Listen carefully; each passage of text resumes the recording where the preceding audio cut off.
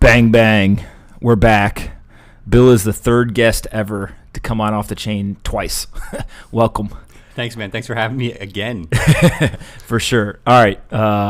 We had an epic episode last time. There's a bunch of people who have not listened to it. Let's spend kind of 2-3 minutes just going over your background and kind of what you're doing with Abra, and then we can get into the fun stuff.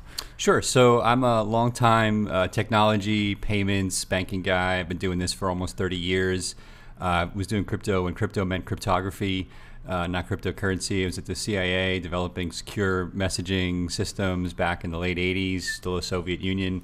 Was on the team at Netscape that deployed our certificate server product when we created SSL. And so I, helped develop certificate authorities even in different countries when we were trying to do kind of 1.0 e-commerce. And then really got the payments bug in about 15 years ago, and spent a lot of time in developing markets, trying to build money transfer products and the ability to use cell phones and feature phones even to do money transfer. Got the crypto bug about, probably about a year after the white paper was released. Mm-hmm. I read it probably a couple of months, 3 months later. So on one of the message boards.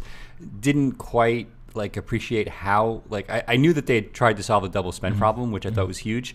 But really it was probably about 8 months later when I was I think this thing could be huge if this guy is right. Were you at the CIA when you read it?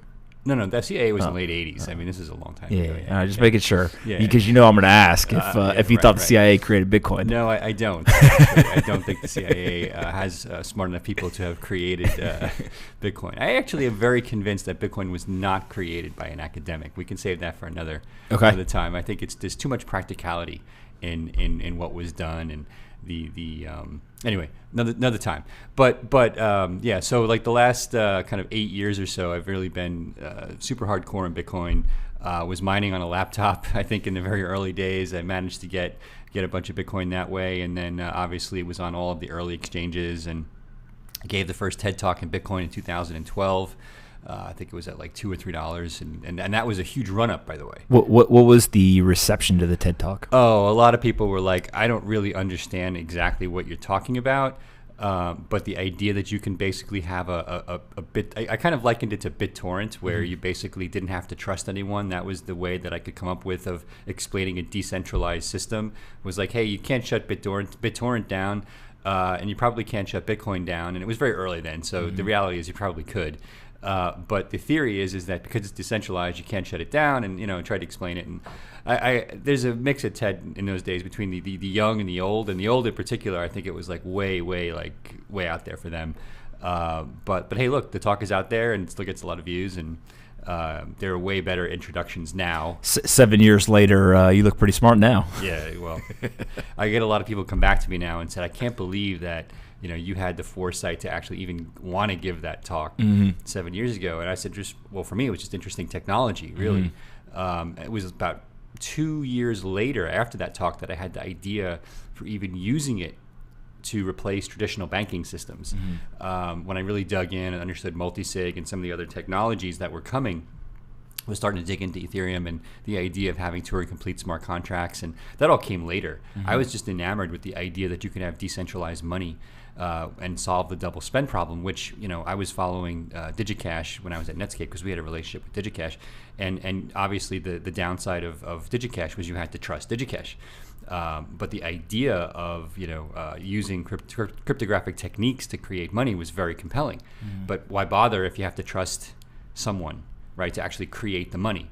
Now we're at a point where we can separate the creation of the money and the banking, right, and have basically two different kind of crypto-based solutions. One for the issuance of money, which is where Bitcoin is going, and another for the solution of banking, which I'm guessing we'll get into, and how to use crypto to make banking global. I liken one to the noun and one to the verb. And so the noun we can never solve because of this trust issue. We've solved that now, or we've proven that. And if we keep going down the path we're going and we don't F it up, we can solve it at global scale, because not everyone can participate today, and I hope that eventually everyone can participate. This idea of trusting like the creator of the money, it recently just like smacked me in the face, right? We always talk about it, but there was this photo that went somewhat viral on Twitter, and it's of the ECB Governing Council. I don't know if you saw this. I didn't see it. Describe it. There are 24 people sitting at a dinner table in a very plush room that you would expect the elites to be in, right? You know, the really nice art on the wall. The floor looks like, you know, the carpet. It kind of reminded me of, like, you ever see the pictures of, like, Donald Trump's apartment with the gold everywhere? The gold everywhere. Yeah, right. Exactly. So they're all sitting there, and there are 23 men and one woman. Christina Lagarde, I think, right, is the one woman. There's not a person in the picture that's younger than 60. Sure. Right? And it's the ECB Governing Council. And she posted it saying, you know, hey, thanks so much to my colleagues for you know, coming together and us talking about the Governing Council and how we're going to do this, et cetera. So I took the photo. I said, look, you can either trust these 24 people, right? Or you can trust an algorithm that's transparent and controlled by no one. And I think it's just such a clear, wow, this is going to be archaic, you know, 10, 15, 20 years from now, that we literally were like, wait a minute, 24 people decided what happened to the money? Yep. It's pretty crazy. But I've also come to understand that we're trying to solve different problems, right? So when I say we, I mean those who accept the fact that the algorithm is better, like the way you I think you mean, is a different problem than these central banks. The central banks, in my opinion, are not trying to create stable money. They're trying to create stable economies. And they will basically do that at the expense of the value of your money, right? So they'll create a managed house of cards, like when we saw in 2007 that, hey, this house of cards isn't necessarily always stable, but their goal is not to say, hey, let's preserve Pom's wealth, let's preserve Bill's wealth. Their goal is to get everybody employed, have relatively low inflation, and do that at the expense of your wealth. Not and in addition, preserve your wealth. So their job is managing economies, right? So that's why I say, I made this point online. I've made the point 15 times over the last 10 years, is that the value of Bitcoin is very stable. The value of the dollar is plummeting, and that has been true forever. And that is because these people manage economies. They don't manage the value of your money. Actually, they do manage the value of their money, but they're willing to forego that. Yeah.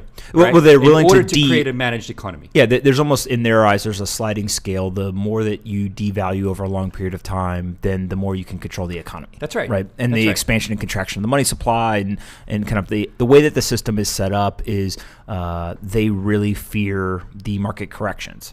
Right. And so what do you do is there's a way to keep kicking the can down the road. And, you know, it's always the belief that, you know, 5-10 years from now, we'll figure out when we get in that situation. Right. Exactly. Now think about this, though. Right. So if you live to be 100, you've seen the value of government created assets erode for probably 90%. That's the person who it's most acute to. Most people don't appreciate how much government backed or government created money depreciates in value, because either they don't live long enough to appreciate it, they don't have enough in the early days of their life to actually understand what's happening. But what happens when people start living to be 120 in the West? It's going to happen. Which is going to happen, right? Technology, singularity, all this great stuff, exponential technologies, which is like, you know, the backbone of my life.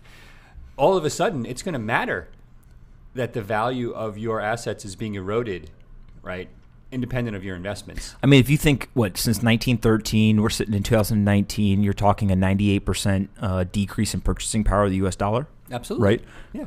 It's not like it was 20%, right? like we're talking 98%. No, but again, this is their goal. Their goal is basically to manage an economy. They believe this is the only way to get everyone to work, to make everything affordable, right? And to create a quote-unquote level playing field, whatever that means. And so, is it sustainable? Well, every government-created currency has failed eventually. Every single one. It's simply a matter of time. If you look at the history of bond markets and war and currency inflation, every currency has failed. Some more spectacularly than others. Some have been on the way to failing and have been replaced. We saw even the euro can buckle because of the the inefficiencies across the different economies that they have, where one has to prop up another, and they had to break their own rules in order to save the euro a few years ago. So I think it's inevitable that every currency eventually fails. The question is how long does it take, and what happens when it does, right? And so that's the future of the euro. That's the future of the dollar. That's the future of the yen. The question is, what do we replace it with, right? And this really gets at the idea of kind of the separation of state and money, right? Which is if every single currency in history has been revolved around some governing organization, right? Whether it was self-governance of early cultures and economies, or it became true governments, if they've all failed, is there going to be the separation of state and money in terms of the core unit of account? Or is this more of there will be alternative currencies that have the separation of state and money, but that core unit of account, because the economy is so dependent on that government control, we kind of have to have two parallel systems, but we never get rid of the legacy one? Well, this is a very long-term question. I think this is a decades-long question. I do think that if I was to predict 25, well, certainly 40 years out, let's go 40 years out, because I think my prediction is much easier. And then, one, I'll be dead, but two, I think I can see this happening even to the dollar in that time frame. Nothing like a prediction that it only comes true when you're dead. Yeah, exactly. I don't have to actually be around to explain myself when it fails. But no, I actually think that we're going to evolve, and some people would say devolve to a point where you actually have competing monies, and traditional fiat-based money will fail, and there'll be lots of competing monies with interoperability, right, across those monies, and so you'll see not only Bitcoin, but you'll see money that's more focused on maybe just payments, which is a little bit more ephemeral, and then you'll be able to exchange, digitally between those currencies and with on and off ramps when you need to, and different technologies will compete for consumer mindshare. Whether that's wrapped up in something that we know as Bitcoin, or whether that's used as a collateral for something that we might call the dollar, I don't know. We'll see. But I think traditional government monies, certainly in a multi-decade time frame, will fail collectively. They will be replaced by something that is more competitive. I remember writing an outline for a book pre-Bitcoin that I was really considering writing about the future of money. And chapter 1 was something about competing federal reserves, meaning have lots of feds and let them all compete with each other. Which is basically what we had when we had just states all had their own money. Absolutely. Right? Before there was a federal dollar. Absolutely. And Jefferson talked about the dangers of centralized federal money even before we had a central bank. And, that was the Jefferson-Hamilton conversation. And so anyway, I think that the winner here is going to be the people eventually. But the governments are not going to go down without a fight. And I don't mean governments going down in the sense of the government's going to go away. I think the government's value will be right-sized over time. Yeah. Because when you can't print money, right, you have to right-size your services. Right, and so that's the good news about all that. Yeah, and to me, this gets at there's a lot of people who have tried to create change, and they've tried to do it one of two ways. Either they want to create kind of a groundswell movement that says, hey, the government is too big or too onerous or not effective, not efficient, all this kind of stuff. So let's apply pressure on the government, and the government will change itself. Sure. Maybe, but probably unlikely. Two is people have tried to get into the government, right? So whether they're a representative, the president, whoever, and they want to, quote, unquote, change something. You can agree or disagree with what they want to change, but that's their strategy is, if you're an insider, then you can make that change. But both of those things, I think, given the way that our democratic system works, if you get into control and you're there for 4 to 8 years, at some point, the next person comes in, and if they disagree, they just reverse it back, right? And so it's really hard to create kind of systematic change. Yep.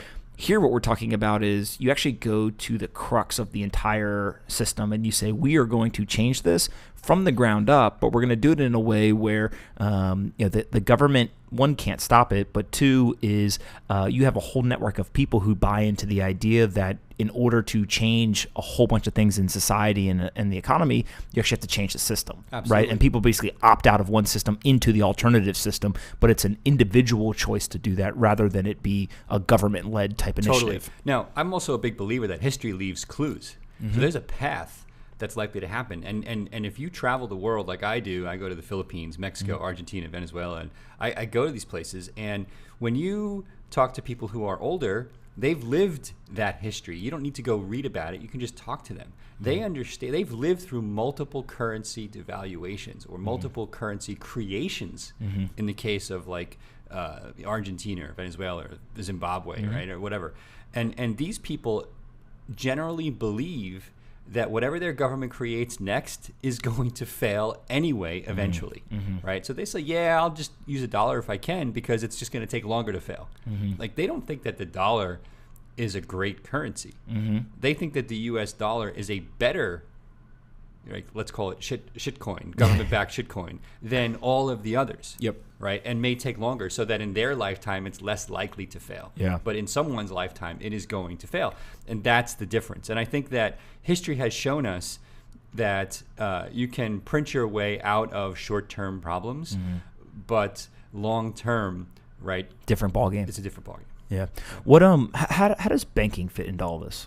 Well, money's the noun, banking is the verb, right? So the noun is, hey, what is it that basically we're going to use as the basis for banking, and that's money. And money can take different forms. Generally, people assume that when we talk about banking, we're talking about government-issued money, but it could be anything, right? What gives it, I actually have always believed what gives money its value for the most part is the coercion required to force people to pay taxes in dollars and to reconcile the tax bill that you have in dollars, because we could actually create an economy based purely on sheep if we wanted to, but eventually we'd have to convert some of that sheep back to dollars in order to pay our tax bill.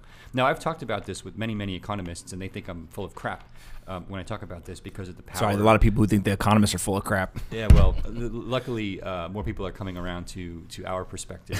I think there's less people kind of moving in that direction and more people moving in our direction, even if they have a larger loyalty base right now.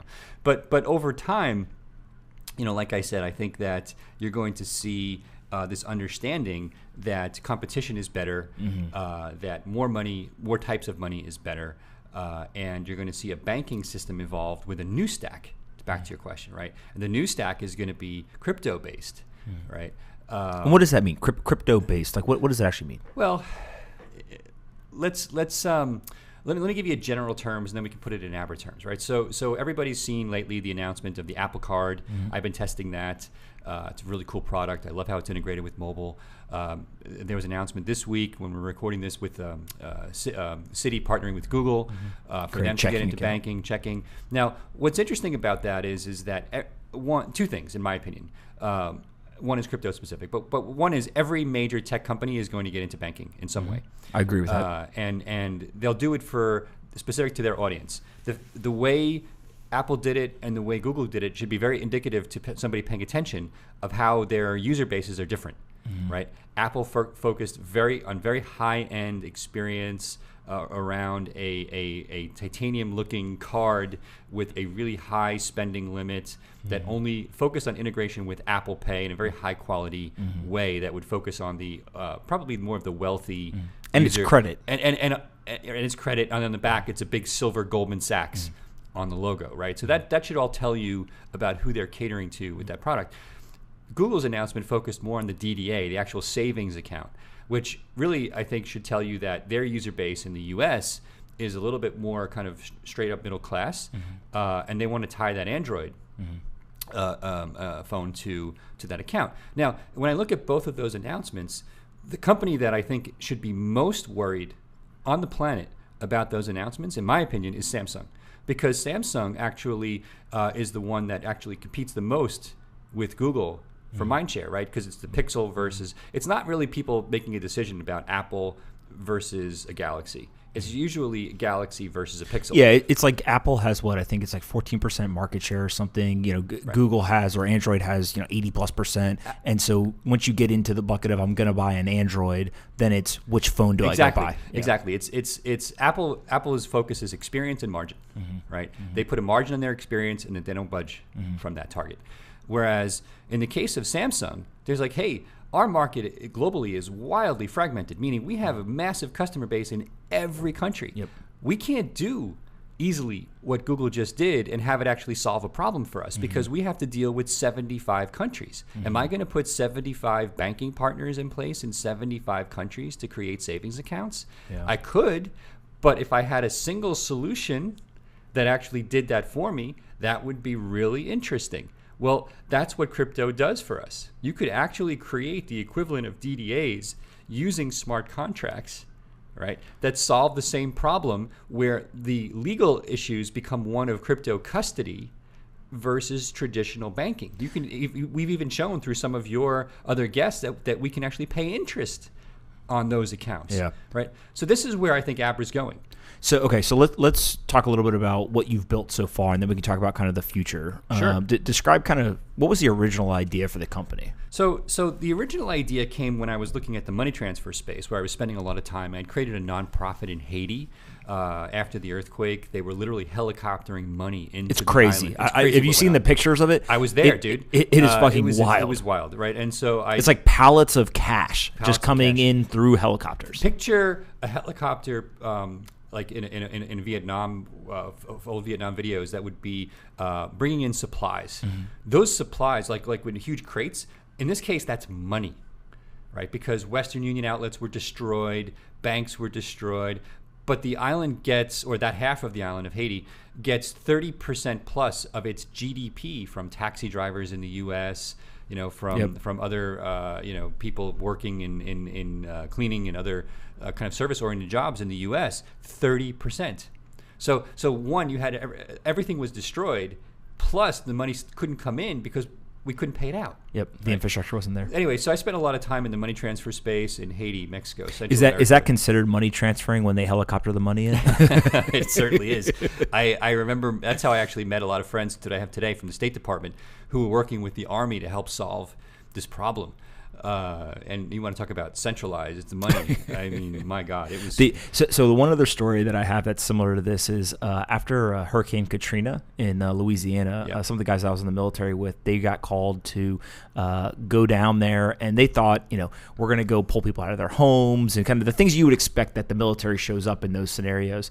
And I remember talking to one of the guys. He goes, "Oh no, dude! I was walking around Walmart with my M4." And I said, "What?" And he goes, "Yeah, because the armored trucks couldn't actually come and pick up all the cash." So he said, "What people didn't realize was we had $2, $3, $4, $5 million sitting in the back, and we were literally armed guards to guard the cash because all the systems were down, the infrastructure, etc." And I just remember sitting there thinking, like, we can think we're the most connected, technology advanced civilization in the world. The power goes out, game over, right? Like we go right back to the archaic world. That was that TV show Revolutions, to digress, but I remember that show. It was super cool. What happens when the power goes out, pretty much for good. I haven't seen it. I'll have to look at it. So good. Back to the first season was awesome. Then it went downhill, but like it was basically you're back to the Stone Ages, or like within a few weeks, right? Oh yeah, for sure. And ironically, it was a science fiction show because it actually tells you find out later why the power went out, and it was all science fiction related. And so it's pretty cool.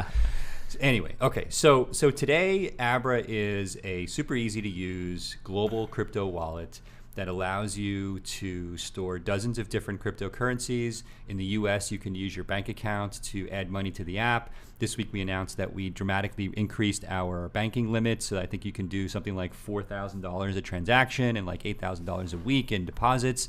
You can use your Amex card, your credit card, to buy Bitcoin or any other cryptocurrency. We support all the major stable coins now, everything from Tether to Pax to TrueUSD. We're launching DAI once they finish their upgrade in a few weeks. All within the Abra app, and you can easily with one button click exchange between those currencies. And we had a mandate in the company. We wanted to create an experience which was more like TravelX at the airport than a trading app. So you don't see any fancy ordering in the app. There's no limit in stop orders. You want to take your I'm looking at my app right now. You want to take some Stellar Lumens and you want to convert them to Bitcoin. You press exchange. It tells you which currency you want to go from, which currency you want to go to, how much, and you're done. Yeah, it's basically that there's a very big bifurcation in the market, right? There's kind of the advanced traders they need the stop limits. They're very precise in their pricing and hey, I got to hit that, exact put, type order and all that kind of stuff. Your user base is, hey, I want to buy some Bitcoin. I want to buy some Stellar. I want to buy, I want to do something that is fairly straightforward and super simple. I don't need the advanced trading functionality. Correct. And we also have a lot of people who want to use this stuff to send money. So we have some users who use Abra to buy like their Bitcoin, their Ether, their Ripple, their Lumens, and then we have some people who will send it. And that's the history of Abra was that I was interested in figuring out a way of using Bitcoin as the basis for doing money transfer globally. And I had created this idea of the synthetic asset, which was basically a Bitcoin-backed or Bitcoin collateralized dollar or Bitcoin collateralized peso. And how does that work, right? So a Bitcoin-backed dollar. Yeah. So the way it works, we don't have much of that going on in the app anymore. Most of the assets have been since ported to, because of all the stable coins that are out there. We didn't need that, but it really helped Abra out of the gate to be able to offer services quickly. The way it worked was we had these multi-sig contracts. Multisig is a technology in Bitcoin that allows multiple parties to sign a transaction as opposed to just one party. So you can create a wallet where I can only move money if two different parties sign the transaction. There's three of us that all have rights to it, but two out of the three of us have to agree to do it before we can do it. You can have any combination of that. You can have like 6 out of 8 have to sign or whatever. It's very clever. And so we use that technology to basically create contracts that would say, okay, if the price of Bitcoin goes up and you're trying to hold dollars, you're now holding too much Bitcoin. And we would actually take away some of your Bitcoin. And if the price of Bitcoin went down and you're holding dollars, you're actually not holding enough Bitcoin. So we would actually give you more Bitcoin. So the value of what you're holding in dollars would be stable. And it would be the Bitcoin that would fluctuate. And we did that to the tune of like over $1 billion in volume. So we, I think, ran the first truly successful global test of a synthetic asset based on Bitcoin. And it was all based on Bitcoin. We did a little bit of Litecoin testing when the system had issues when the mining fees skyrocketed, because all of those transactions were on chain, which was also crazy.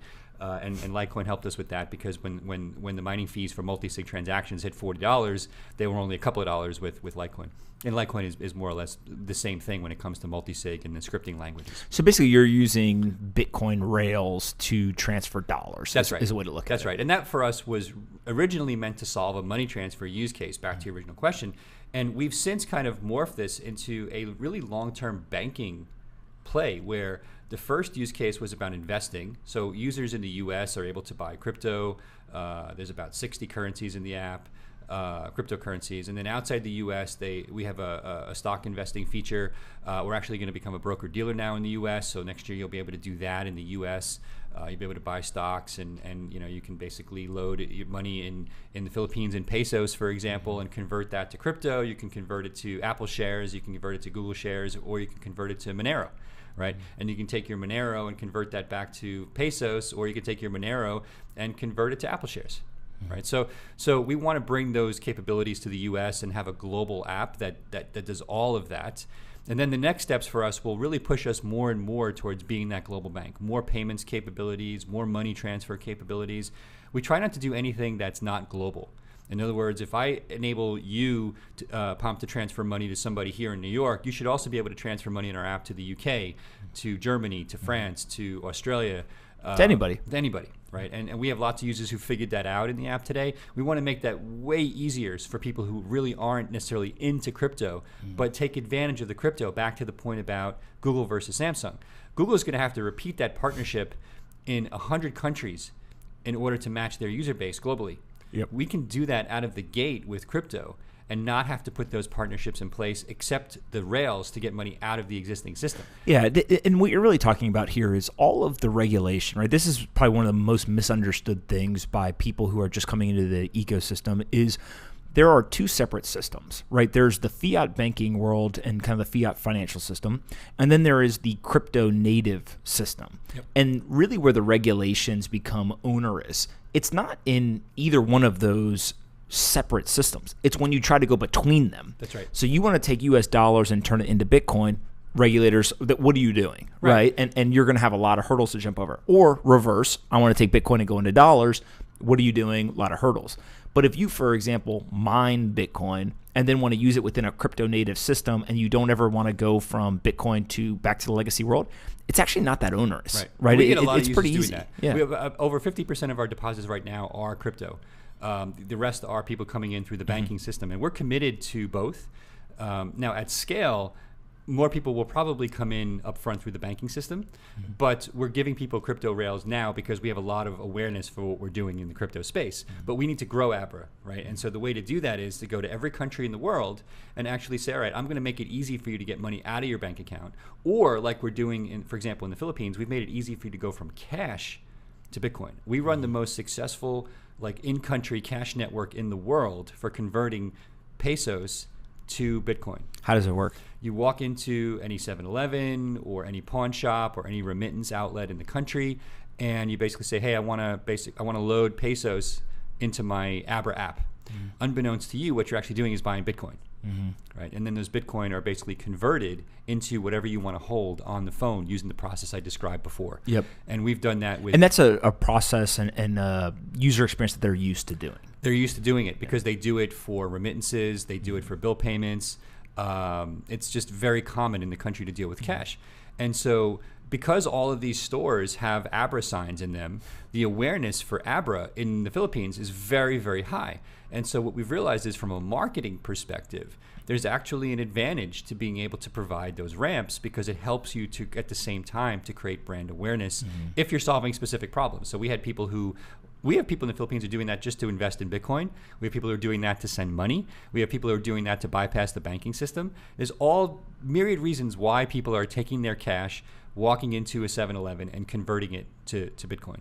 The bottom line is it works, and it works really well. Now, we also have a lot of people in the same country who will use the banking system to get money into Abra or Bitcoin. So we literally have 3 different ways in that country, right? And people are coming in. People are coming in. Now, in the U.S., it's like 80% bank and 20% Bitcoin.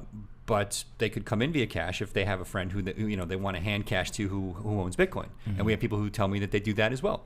Right? I use local Bitcoins to get money into Abra, for example. Right now, we're not integrated. They just do it on their own.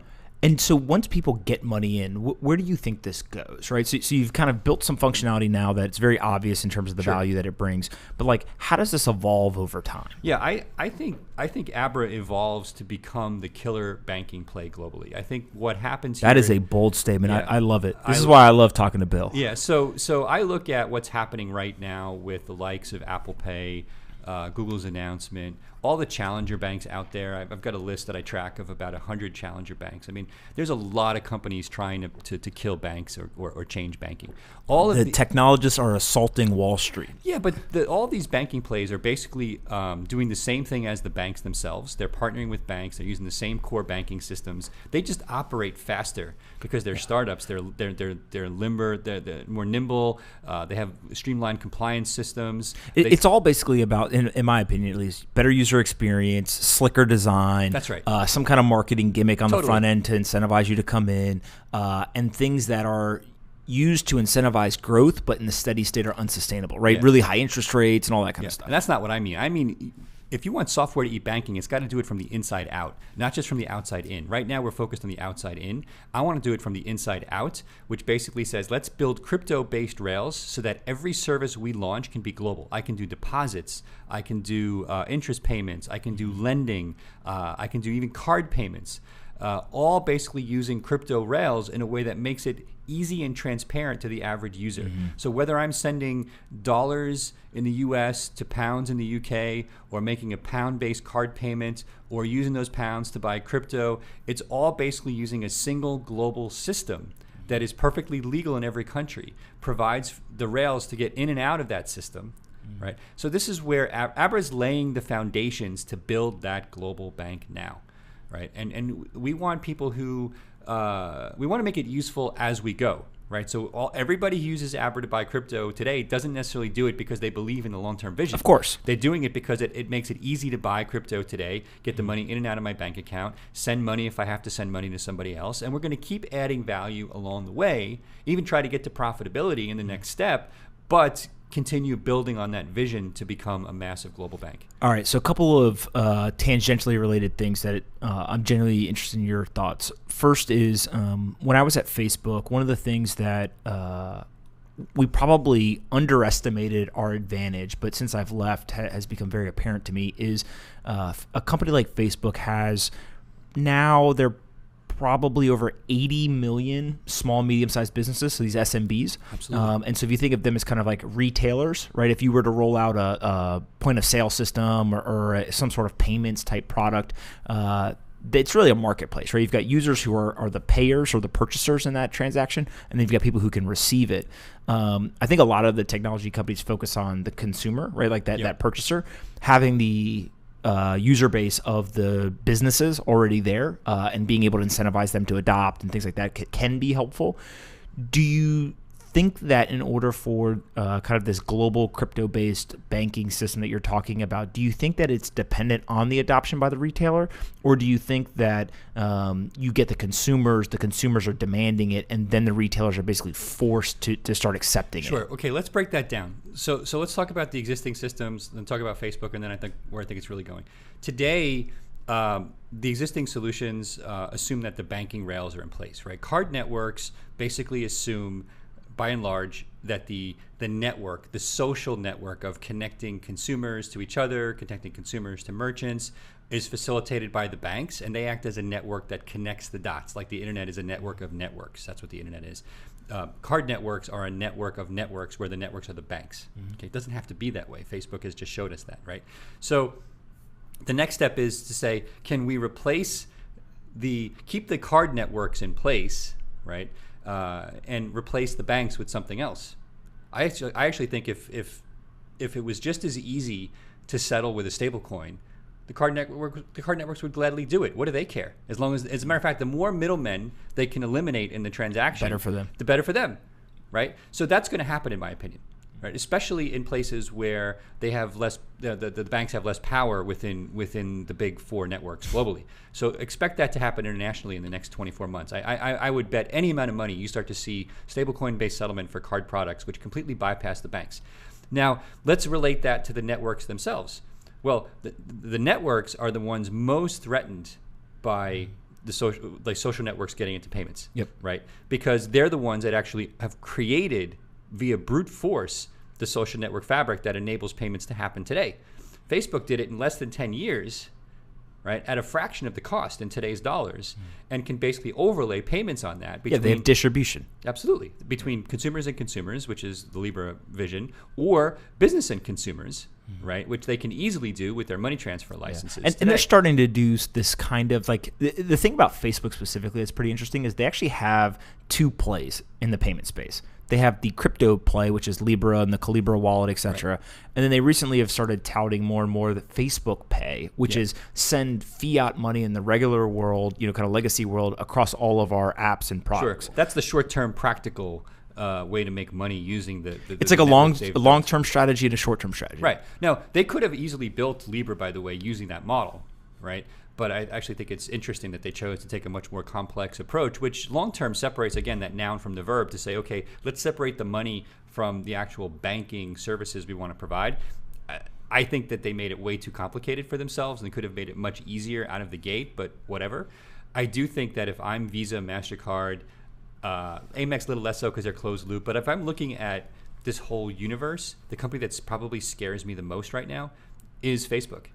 Right? Even more so than Apple and Google, because they have that connectivity tissue between their users that they created over multiple decades, right? And can easily overlay payments on that and incentivize people to use it. And people think, people aren't going to trust Facebook, and that's a bunch of crap, right? The average user isn't paying attention to this discussion of Cambridge Analytica and this trust, that trust. They just don't care. Not only in the U.S. is that true, but it's definitely true globally. Globally, they're growing like crazy. When I was there, I won't share the exact details of the country and kind of what we were doing, et cetera, but basically, from a structural standpoint, Facebook had grown so rapidly that we were literally running out of people to bring onto Facebook, right? Like people with internet connectivity there was not very many of them that's why they're left. Trying to get into the business of providing the connectivity, because it was the only way they could grow. I think it was 2014 or 2015, launched internet.org, which was, we're going to go give the internet to everyone. And people hated the idea that Google, that Facebook would, or Google would provide services like that, because Google's doing the same thing, because then they would own the user relationship. And I'm like, well, wait a minute. If they're going to spend their own money to solve this problem, let them do it. we had something called Facebook Lite. I may get the names wrong, but I think that's what it was. And basically what it was zero rated, which for all intents and purposes means people could use it for free. And there was a deal that got done where it got preloaded on hardware. So if you went and let's say you were in Ghana or Nigeria or something like that, and you bought one of these phones, it came preloaded with Facebook Lite. And in some countries, there was actually 8 applications that it came with. One of them was Wikipedia. One was, I think a women's health, Facebook, etc. And I remember the results came back from like a user study, and multiple people in there in some form or fashion said Mark Zuckerberg created the internet. Right? And it was this feeling of, I accessed the internet through this portal. This portal was created by Mark Zuckerberg and Facebook, so Mark Zuckerberg created the internet. And I remember thinking to myself, one, that's wild if you say that in the Western world, right? People are like, how could you believe that? But two is, if you think that those people care about Cambridge Analytica or the meddling in the election, they're not even aware of it, let alone two, even if they did it, all they're saying is that happens in every country. That's right. Right? Like, what do you mean? Exactly. Most countries, it's legal to be a politician and a lobbyist. So it's only like in the U.S. and Europe or maybe Australia, Canada, where we basically have this kind of unique vision on how the rest of the world should work vis-a-vis our own. Well, and it brings me back to this idea of it, and I think what you're hitting around here is the connectivity, right? And so I have pretty strong views, I think, in terms of there are two things that should be open and permissionless in the world, right? And that's information and money. So the movement of those two things is really important, that we incentivize that to be as free-flowing as possible, right? There's other things like stocks and bonds and kind of the regulated financial system, et cetera. I'm actually much more comfortable with that not being in a free, open, permissionless system. But we can debate that, right? But and it's more of a, I don't think regulators will allow people to transact securities back and forth without them being able to step in and say timeout. Not now, right? For sure. Yeah. But for sure, money and information, like, you would have to spend a lot of time to convince me otherwise that shouldn't be open and free.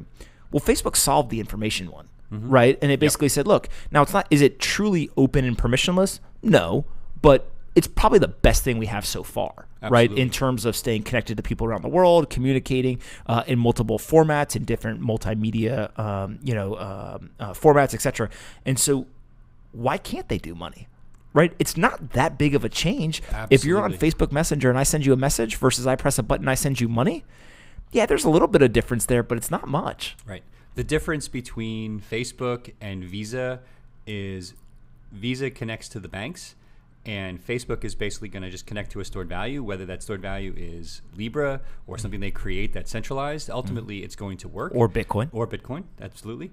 And I actually think... Come on, David. Come on, man. Well, I actually know these guys. They're really good guys, and I've spent a lot of time with them. And I actually think that their biggest fear when it came to Bitcoin was, what happens if we turn on 100,000, even 100,000, and they have billions. If we turn on 100,000 WhatsApp users who immediately, within minutes, start spending money or sending money in our app, what's going to happen to the Bitcoin rails? Yeah. And they basically came to the conclusion that Bitcoin's going to go to 100,000 and mining fees are going to hit $75, and this is not going to work for the kind of remittances that we want to do. And they wanted to do this relatively quickly. And even though people are saying, hey, this Libra thing's going to take years, even if it takes 2 or 3 years, that's still relatively quickly relative to the internet. And so they need this to work now in their mind. And I think there was some consternation that Bitcoin wouldn't be able to scale, even vis-a-vis Lightning, to do the kinds of transactions they want to do relatively quickly. It's very important, right? You and I both know the same people there. And I always am careful to caveat the conversation with, these people are very pro-Bitcoin, right? Absolutely. And Most of them that I know actually are holding Bitcoin personally. And were very early, Yep. Bought in size, they believe, etc. But what they believe is today it serves more as a store of value, and what they really want is they want a payment avenue. Payments are ephemeral from a consumer's perspective, meaning that how it goes from me to them and what happens in between is kind of gone in a fleeting moment, and I don't really care as long as it works. And I trust that it's going to arrive, right? People, in my money transfer days, people would say, I hate that I have to trust Western Union, but I do, right? And I'll gladly pay up the 10% in FX and transaction fees that I have to pay to send money because I simply know it's going to get there, right? Now, the reality is they don't have to pay 10% in fees for the money to get there, even without Bitcoin. right? They can pay a fraction of that. But they continue to do that because they trust that the money's going to arrive. Of course. So I think that Facebook will get a certain amount of users doing things because they trust that when they use WhatsApp, it works. When they use Instagram, it works. And that's why they're going to start creating branding that makes people clear that when they're using Instagram, they're using a Facebook product, so that when they send money from Instagram to WhatsApp, they know that it's actually going to arrive because it's all Facebook at the end of the day. So it becomes an identity management play. Here's the unpopular opinion, or kind of the contrarian view of the Western world. People trust Facebook more than they trust the banks. Oh, 100%. Even in the West. We do NPS, Net Promoter Score analysis, on our own user base all the time. We have very high NPS at Abra. It's on the order of like 65%. That is pretty high. That is very high. Now, there are banks in the U.S. that have negative NPS scores. Now, let's understand what a negative NPS score means. That means you spend money to acquire a customer, and that customer actually detracts value on a net basis from your entire user base because they hate your product so much after you've acquired them. So they're the least trusted industry on a brand basis. Right. Is basically they do media, banking, etc. And every year after year, it's the banks are the least trusted. The only other brands. organization that would have as low an NPS score would be Congress, if you could figure out how to create one for the U.S. Congress. I'm not kidding. There literally are banks that have a net negative NPS score. So Facebook's NPS score is obviously not negative, right? So it's higher than the banks by definition, and they have a much bigger user base globally than Visa and MasterCard probably combined, right? So at that point, maybe even Amex, and you combine the three. Like Facebook's network is bigger, period, right? So obviously, right, for them to get into banking means getting into payments. Back to your earlier comment, getting into merchant payments. It's all the same thing at the end of the day. As you think about building kind of this bank of the future, right, if you will, and the bank being crypto native, do you worry about those large technology companies coming in and I don't mean this in a negative way to them, but just kind of like 1 foot in, 1 foot out, right? So they kind of have multiple, kind of pieces on the chessboard, right? So they've got a crypto play, they've got kind of a legacy play. Maybe they'll have 2 or 3 other plays that they kind of put out there, and they're pushing full speed on all of them, but they're trying to figure out which one is going to be the one that they can double and triple down on. Sure. Do you worry about kind of that type of competitor, if you will, or do you think that you've really got to commit to crypto native and that's the future and kind of that's where we end up, and so having all of your resources dedicated to that ends up being the most advantageous thing? Well, I worry about Abra, and I worry about adding value today, right? So that's what I focus on. I can't focus on what anybody else is doing except for myself. I do spend a lot of time looking at what I think I'm replacing, right? Meaning, if I have a user who's using Abra to buy crypto, is this the first time they're doing it, or am I replacing something else? And it's a mix. I'd say the vast majority are using Abra as first-time users, or if they got Bitcoin somewhere else, it was a standalone Bitcoin app, and they're moving into something that gives them access to lots of coins, or maybe they want to use the Bitcoin for money transfer, and they're doing that for the first time, because I can send Bitcoin to somebody who receives pesos or dollars, for example. And Abra makes that very easy. So we think about it in that context, and we simply want to add more value as we go. And we know that if we're nimble and fast and we execute really well in the user experience, which is our bread and butter, that we will continue to grow as a company.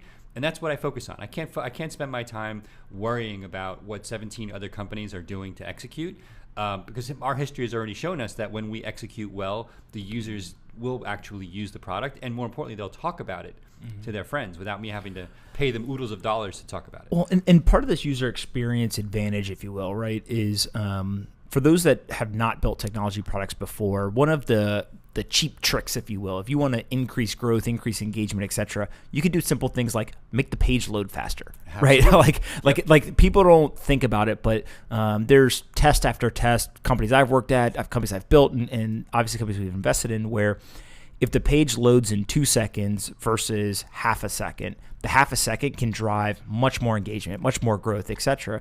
And so you can get things through performance wins, right, that drive growth. But you also can get things through simply, hey, it now takes you 2 clicks to buy Bitcoin rather than it being 4 clicks. Yep. And so that user experience, I don't think that people put a lot of weight on it when you talk about it, because it's such a qualitative thing where you can't really quantify what is the user experience. But when you look at data, you can really tell the difference, and it's been something that you guys have kind of hung your hat on in terms of being able to use that as an advantage. We track every click. Now, we don't know that it was Pomp that clicked here, but we know a user clicked here. We know that a certain number of users clicked here and didn't finish. Like, for example, if I want to load money via my bank account, we know that, for example, X% of our users every day start that process and don't finish. And so we're constantly So it's like an aggregated anonymous. It's an aggregated anonymous information. And we say, okay, how can we improve this process? So we'll send out surveys and ask users, are you willing to talk to us about your experience with Abra? And a certain percentage are, because they're very passionate users. And so that goes into iterating constantly on what we call improving the funnel. The funnel basically says, okay, I have a certain percentage of users. We've had over 1 million downloads of the Abra app now, which is a lot in the crypto sphere, right? And we have 6 figures of active users every month. And again, this isn't trading, right? This is a much stickier retail kind of user. So we dig in with them. Like I'm looking at our app right now. If I take my thumb and I pull down from the top of the screen, I see a little scroll wheel that actually updates the entire portfolio. We have users who log into the app all day to do that, because it's the simple, easy, non-trader way to track prices. And they just open up the app, scroll down with their thumb, and they say, I love doing that. I love doing that every couple of hours. It's the dopamine hit. It's the dopamine hit, exactly. And so, we had a charts function in the app. It was kind of mediocre. We ripped it out. In a couple of weeks, we're launching a new one. It's not meant for the trader. It's meant for the easy, like, retail consumer to look at the Bitcoin price or the Stellar price or the Ripple price and say, oh, I get it. It's moving. It's trending in this direction. I'm going to buy. That's it. So this brings me to one of the areas I've started to think more about, right, which is you've come at the bank of the future, if you call it, right, from a wallet first retail user, acquire an asset, send and receive, right? It's kind of the core functionality of what you built. You built a great product that obviously people have been very attracted to. It's grown very quickly. And I think one of the key differentiators for you is, and they keep coming back, right? So you've built this really great ecosystem. If you flip it on the other side, there's another group of people who are going after the same opportunity. I don't think that you're directly competitive with them, but their strategy has been build an exchange, right? So go after the trader, look for volume and liquidity, and then once you have that, then start to build out services, et cetera. Today, most of those services actually have been more trader-centric, so futures and all that kind of stuff. I think that they're starting to tip their hand a little bit and say, hey, like they may get into some of the banking services, et cetera. How do you see going after that same opportunity? Is it a thing where they're going to have to come into the wallet? Many of them have acquired wallets, et cetera.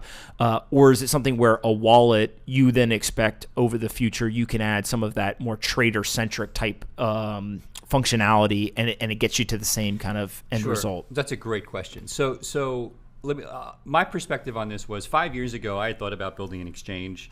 I felt like I had a lot of advantages in doing that, so maybe I should do it. But I also knew, and I was at Goldman. I understand how this stuff works. Oh my God, you worked at Goldman Sachs. Exactly. When it actually wasn't evil, when to say that you were, or when people were still like, oh my God, yeah, I worked at Goldman. It was cool to have it on your resume. But the reality is that I wasn't passionate about that. I was passionate about solving real consumer problems. I came from the money transfer space. And look, the reality is that most of the money being made in crypto today is being made on leverage. And not even just on trading. It's being made on leverage, right? That's why BitMEX is so profitable. I think the people who are making money in the crypto space are doing it because they offer leverage-based products. And that's fine. That's a product that a certain percentage of the population that's active in trading needs. That's not why we exist. And we have to follow our own passion and our own vision, otherwise we're going to fail. If you create a product just because it makes money, right, and you don't know what you're doing and you're not passionate about it, you're not willing to really dig deep and own it, you're going to fail. And so we knew in our heart of hearts that we were here for a specific reason.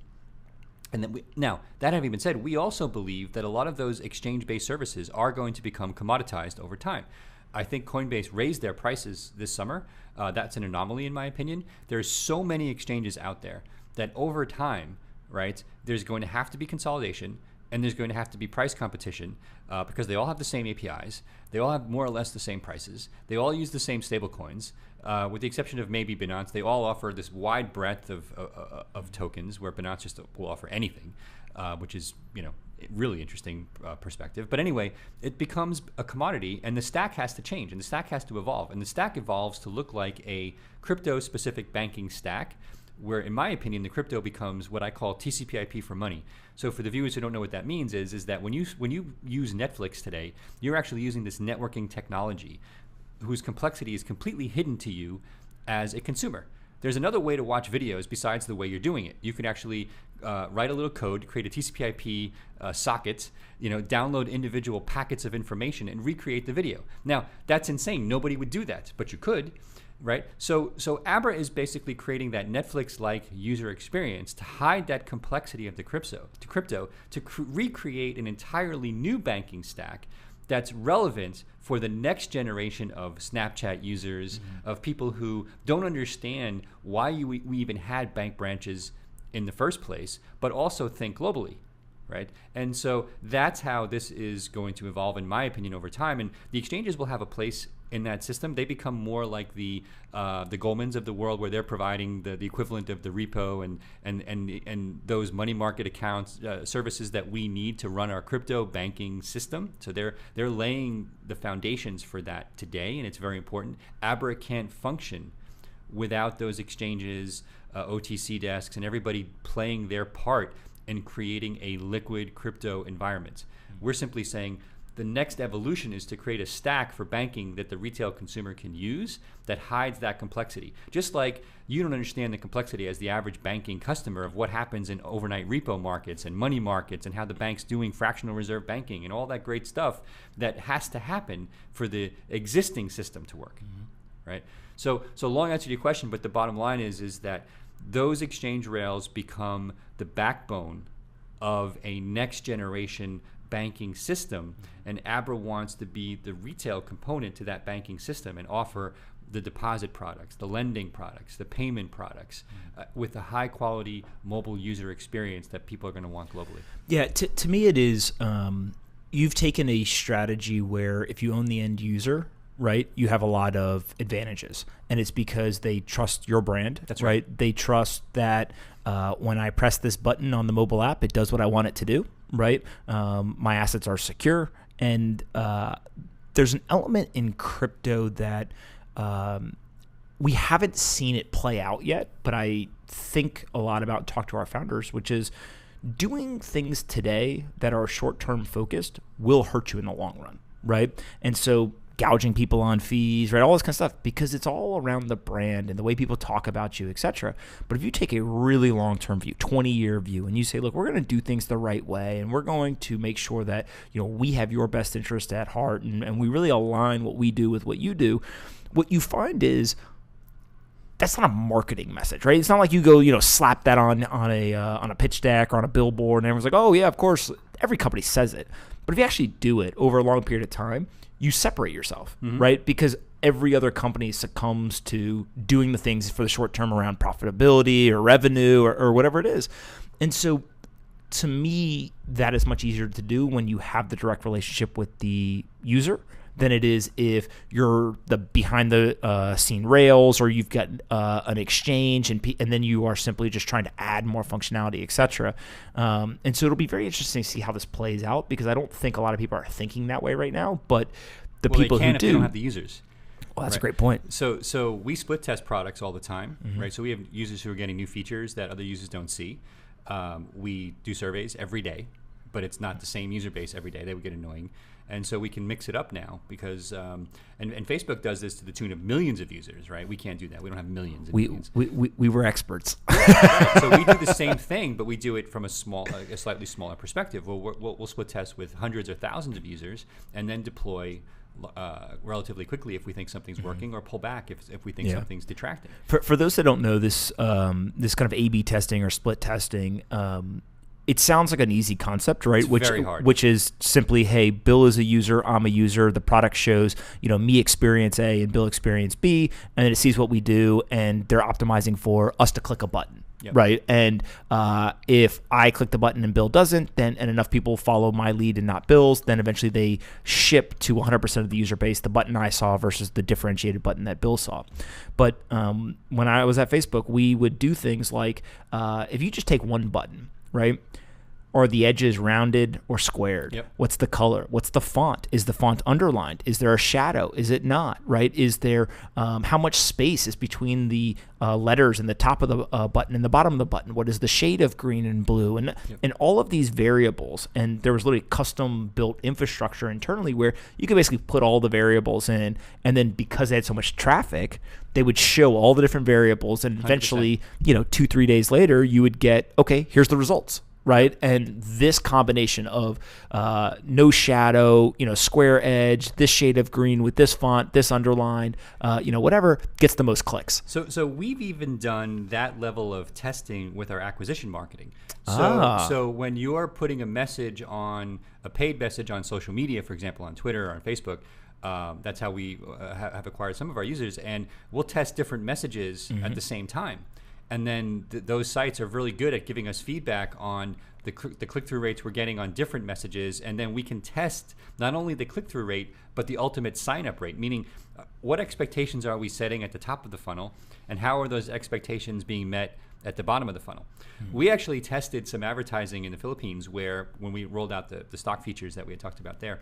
And our awareness for Bitcoin sales was so high in the Philippines that as we were testing the stock features, a super majority of those users weren't using the app they were downloading to buy stocks. It was reminding them that there was actually an easy way to buy Bitcoin. That's amazing. They had already heard about. So it actually was it turned into a retargeting almost, for those of you who understand marketing, for a way to buy Bitcoin, even though it was advertising by Apple. And we were like, what the hell is going on here? And then when we dug in, we realized, hey, these people actually know Abra already. And you're reminding them that they should be buying Bitcoin inadvertently. It's amazing. When you were advertising Apple.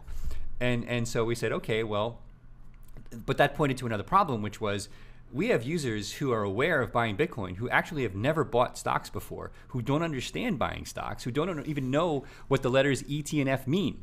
And so we had to start putting more content and awareness in place on that when we had assumed that we had to spend more content awareness on crypto. We had already created enough content and awareness in the crypto space that we'd had to go back and do the same thing in the traditional investing world because the international user base just didn't know. I actually did a talk in the Philippines, and I think like 100 people showed up. I would say maybe 10 knew what an ETF was out of 100. And these were all people who were putting real money into the app. So I actually did a few minutes on what a stock is, like what it means to have an exchange traded fund, and mix it up like in that regard. And people were so thankful that we've spent in the meantime, there's guides on stock investing that we had to create when there's all kinds of obviously companies have spent millions on this, right? I mean, we're not the first to offer that kind of product, and so it was just, anyway, that type of testing led us to understand some things about even the marketing of this that we didn't come to appreciate.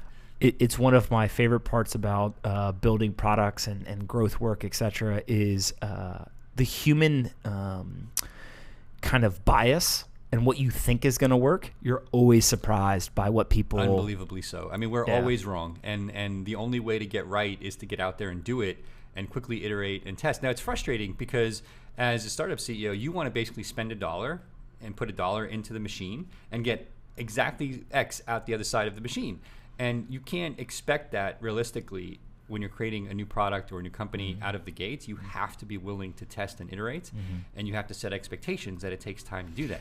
But you also need the macroeconomics to work, right? So this year, we've had a lot of ups and downs, right? So in the crypto space, for example, like things spiked for us this summer, and the volumes in the exchanges have come way down. I think exchange trading volume has come down like 70-80%.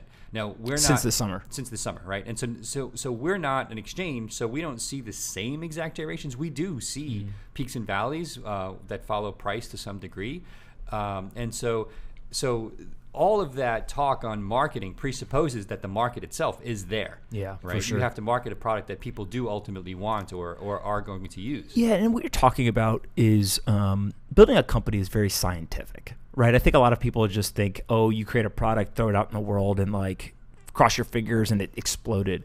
And there's a number of equations, if you will, that if you really know what you're doing, you focus on, right? And so, for your business, I'm sure that you've got some number in your head of every time we sign up a user, they're worth X to us over the lifetime. We know right? exactly what those numbers are today. We talked about them in our monthly board reports, for example. Yeah, and then the goal is, okay, I'll make up a number, right? We're going to make $50 off every user that signs up over their lifetime. And now, how do we go find a new user for less than $50? It's kind of a very easy one, right? And literally, it's the cost to acquire that customer versus the lifetime value.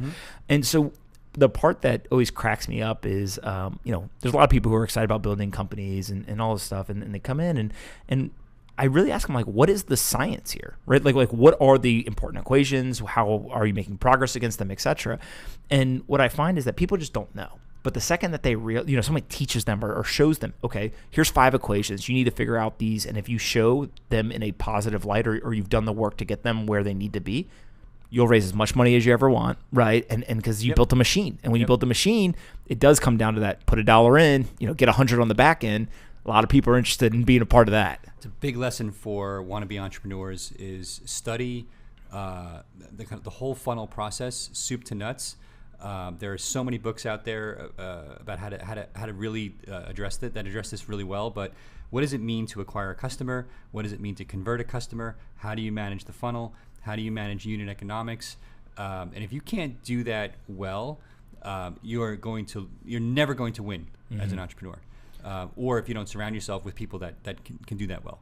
So you've done this well. Abra recently announced that you've added a ton of new cryptocurrencies, et cetera. Talked a little bit about the announcement. Yeah, so back to the point about listening to your users, the number one requested feature from our users was more cryptocurrencies.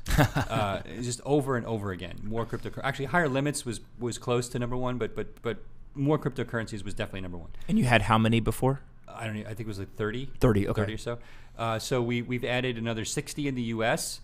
We actually added 200 to the app. We're just making about 60 of those available to the U.S., and it has to do with how we manage custody. We work with third-party partners who manage custody and the exchange of those, and so we're beholden to their rules. So, for example, the services in the U.S. is available in I think 47 states.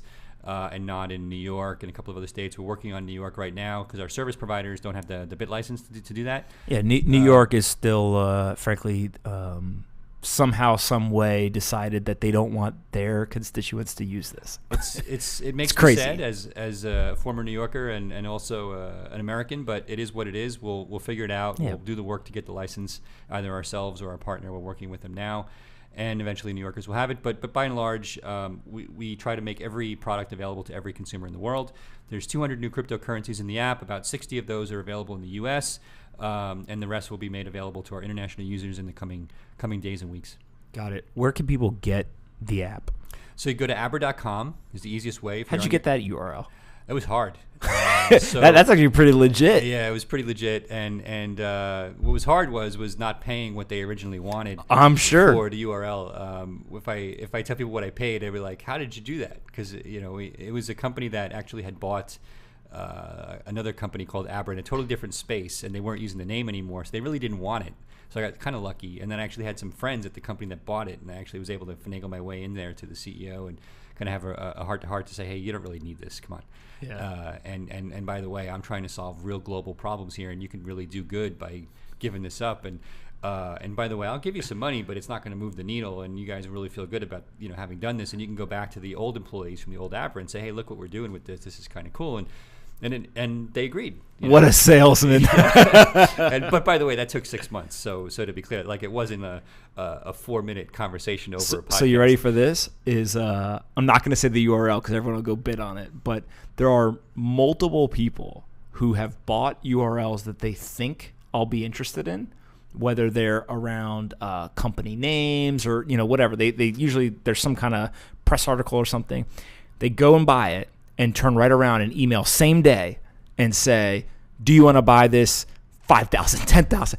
And I literally say to them, I bought Pomp XYZ or Pomp.xyz, and I came to you and I say, hey, why don't you buy it from me? Literally, it recently happened. We invested in a company, and somebody went and bought the URL that was pretty close, right? And then came and said, do you want to do it? And I said, No. Right. First of all. Second of all, I hope you link to a bunch of stuff so it gives us great SEO, right? Like basically just, what are these people doing? But when you really need something, right, it's worth having the conversation. So we originally had goabra.com. Go Abra. We still do. We actually own 50 variants, to your point. Okay, yeah. So there's 50 different ways to get to abra.com. We own them all. I'm going to go buy the 50 first and then make you buy it from me. I don't need it at this point, so please don't do that, Mr. Pomp audience. When you go to Abra.com, there'll be a link to download from the App Store or the Play Store, or you just go to the App Store or Play Store and search for Abra, and you'll find it.